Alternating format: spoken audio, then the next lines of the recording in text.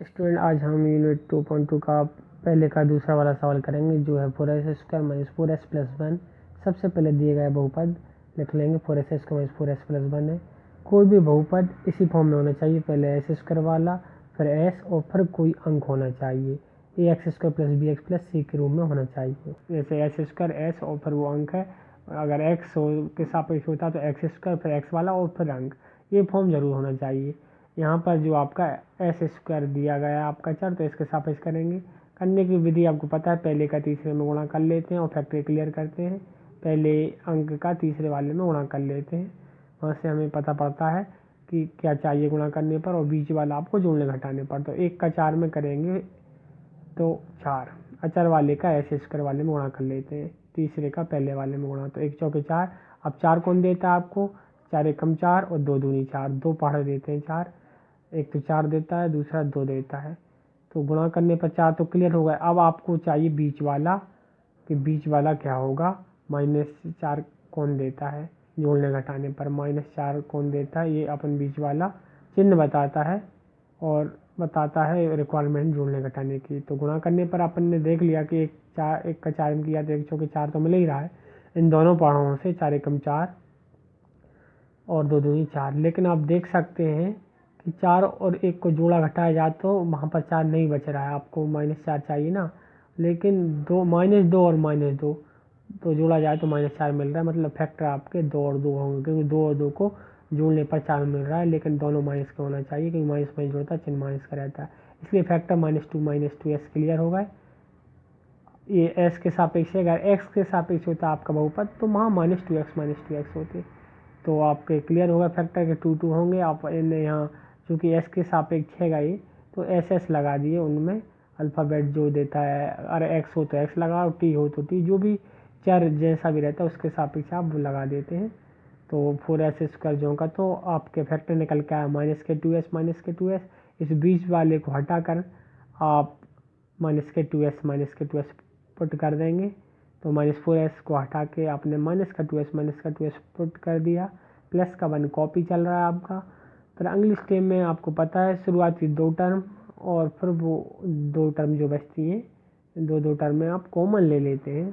तो कॉमन लेने की जो प्रोसेस देखें आप सब बच्चे, 4 और 2 में आपको पता है यहाँ पर अंक है तो 2 कॉमन आएगा, क्योंकि वो लेते हैं हम जो दोनों में भाग चला जाए मिनिमम अंक।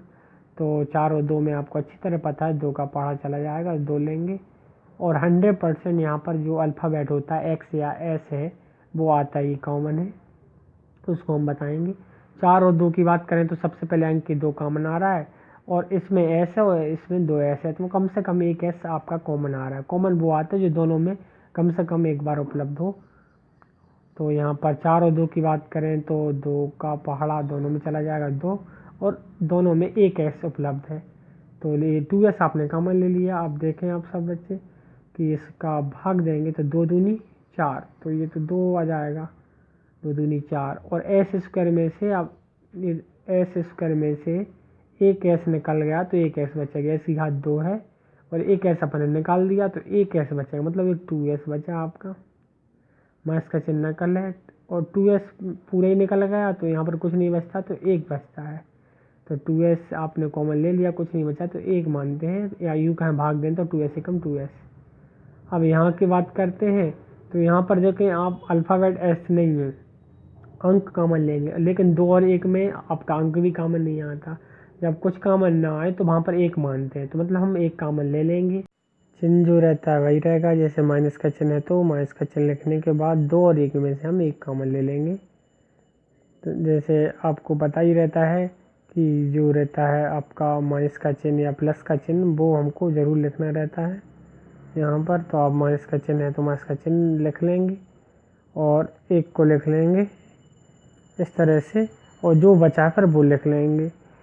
लेकिन ध्यान रहे जब माइनस का चिन्ह लेंगे आप कॉमन, तो अंदर वाला चिन्ह चेंज हो जाएगा, तो 2s बस प्लस की जगह माइनस का वजह हो जाएगा और 1।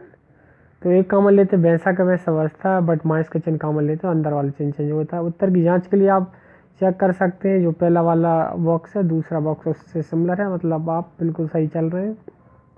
अब 2s - 1 आप कॉमन ले लेंगे, तो ये 2 बार की जगह 1 बार आ जाएगा। 2s माइनस 1 कॉमन लेंगे तो बचेगा आपका 2s माइनस 1। तो जब आपने 2s माइनस 1 कॉमन लिया तो 2 डब्बों को, तो वो 1 डब्बा हो गया और बचा आपका 2s माइनस 1। इंग्लिश टेम में आप देख सकते हैं कि शून्य का आपको ज्ञात करना है तो इन दोनों के बराबर आप 0 पुट कर देंगे। 2s माइनस 1 बराबर 0 रख देंगे तथा 2s माइनस 1 बराबर 0 रख देंगे। तो यहाँ लिख देंगे 2s माइनस 1 बराबर 0 या 2s माइनस 1 बराबर 0, क्योंकि आपको शून्य ज्ञात करना है। इस तरह से आपको इनको 0 के बराबर पुट करना पड़ेगा। अब इसके बाद जो अगली स्टेप होती है उसमें आप पक्षांतर करते हैं। तो जब पक्षांतर करते हैं तो आपको अच्छी तरह पता है नेगेटिव वाला पॉजिटिव हो जाता है और पॉजिटिव वाला नेगेटिव। -1 उधर जाएगा तो +1 बन जाएगा। 2s आपका सिमिलर रहेगा, बराबर का चिन्ह आपका सिमिलर रहेगा। माइनस का 1 उधर गया तो प्लस का 1 होगा, या जस्ट सिमिलर प्रोसेस यहाँ होगी। माइनस का 1 उधर मूव होगा तो पॉजिटिव हो जाएगा, पक्षांतर हो जाएगा। ये देखो ये प्लस का हो चुका है। 2s आपका निकल है, बराबर का चिन्ह, माइनस का 1 प्लस का 1। अब इसके बाद जो अगली स्टेप है वो गुणांक भागित में जाएगा। तो ये 2 रहता है, ये गुणांक कहलाता है। अल्फाबेट के साथ या यूँ कहें चर के साथ जो अंक होता है चर, वो गुणांक भागित में जाता है। तो s बराबर 1/2 और यहाँ भी गुणांक भागित में जाएगा तो s बराबर 1/2। तो यहाँ पर आपके दोनों शून्यक निकल के आ गए 1/2। अतः शून्यक लिख सकते हैं आप, अतः शून्यक 1/2 व 1/2 है। ये आपने लिख दिए। अब आगे आपको स्ट्रेन गुणांकों में संबंध करना है, जांच करनी है। तो लिख देंगे जांच या जांच करने पर। तो जब जांच करते हैं तो आपको सूत्र याद होना चाहिए, शून्य अंकों का योगफल। शून्य अंकों का योगफल आपने पढ़ा था पिछले सवाल में, -x का गुणांक बटे x² गुणांक। लेकिन यहाँ पर चर आपका x ना होकर s है तो वहाँ पर आपका -s का गुणांक बटे s² का गुणांक हो जाएगा। जो भी चर होता है t हो, s हो, p हो, वो हो जाता है, लेकिन फॉर्मूला वही रहता है आपका -x का गुणांक बटे x² गुणांक। बस चर को बदल देते हैं, x की जगह s कर देते हैं, -s का गुणांक बटे s² का गुणांक। इसको आप याद कर लें, ये शून्य अंकों का योगफल होता है। अब देखें स्टूडेंट, RHS में यही चलेगा, बस LHS में आपको शून्य अंकों का योगफल करना, प्लस करना, 2 शून्य अंकों के बीच प्लस का चिन्ह लगाना है। 1/2 प्लस का चिन्ह, दूसरा 1/2, दोनों शून्य का आपने लिख दिया, बीच में प्लस लगा दिया। और ये आपका सिमिलर चलता है, -s का गुणांक बटे s² का गुणांक, तो वो आप जो का तो लिख लेंगे।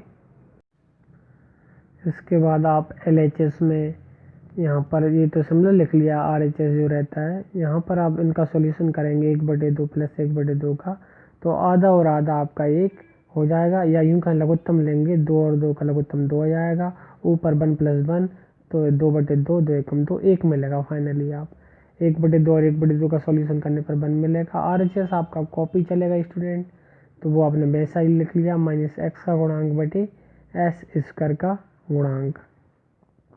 इस तरह से आपने लिख लिया इसको RHS को, और इसके बटे में आप 1 लिख सकते हैं। तो ये आपका RHS तो जो जस्ट सिमिलर नो चेंज। अब यहाँ पर आप चेक करें तो यहाँ इसके बटे में 1 लिख लिया, -s का गुणांक और s का गुणांक कितने पाते हैं। तो यहाँ -s का गुणांक आपका बना रहा, माइनस के चिन्ह आप हटा के इधर लगा दीजिए, तो मतलब s का गुणांक आपका माइनस बना रहा है। तो s का गुणांक आपका माइनस का बना रहा है, यहाँ माइनस का 4 है। तो इसके लिए हम उस रूम में डालने के लिए 4 का पूरे समीकरण में भाग दे देंगे।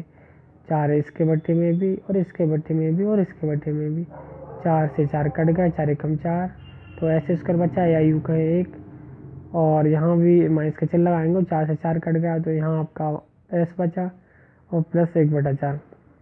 तो इस तरह से 4 का भाग दिया तो इस रूप में आ गया। ये आपका ये रूप भी हो सकता है। अब इससे हम कंपेयर करें तो s का गुणांक आपका माइनस का 1 होना चाहिए। जी हाँ, बिल्कुल, s के सामने माइनस का चिन्ह है, 1 लिख सकते हैं। तो s का गुणांक माइनस का 1 है, और s का गुणांक आप देखें 1 है, तो बिल्कुल क्लियर है, s² के सामने कुछ नहीं है तो 1 लिख सकते हैं। तो s² का गुणांक 1 है। तो हमने क्लियर कर लिया कि s का गुणांक माइनस का 1 और s² गुणांक 1, ये दोनों चीज़ें यहाँ से क्लियर हो गई। आगे चलते हैं तो शून्य अंकों के गुणनफल की बात करते हैं।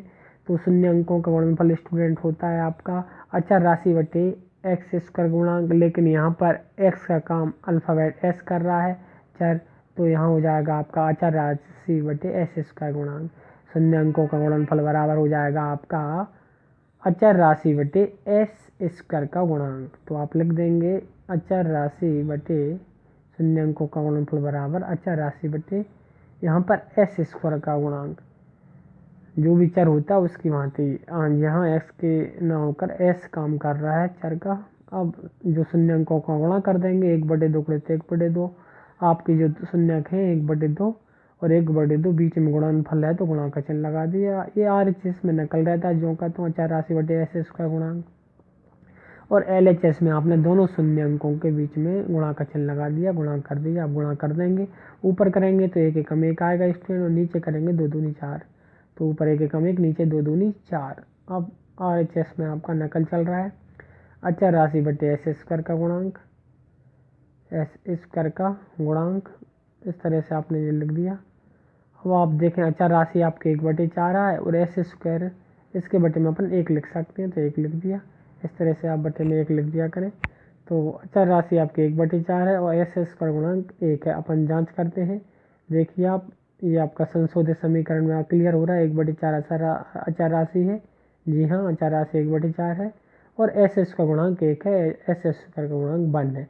इस तरह से हमने समस्या का समाधान कर लिया। आगे वाली समस्या भी आप बहुत आसानी से ऐसे ही हैंडल कर सकते हैं।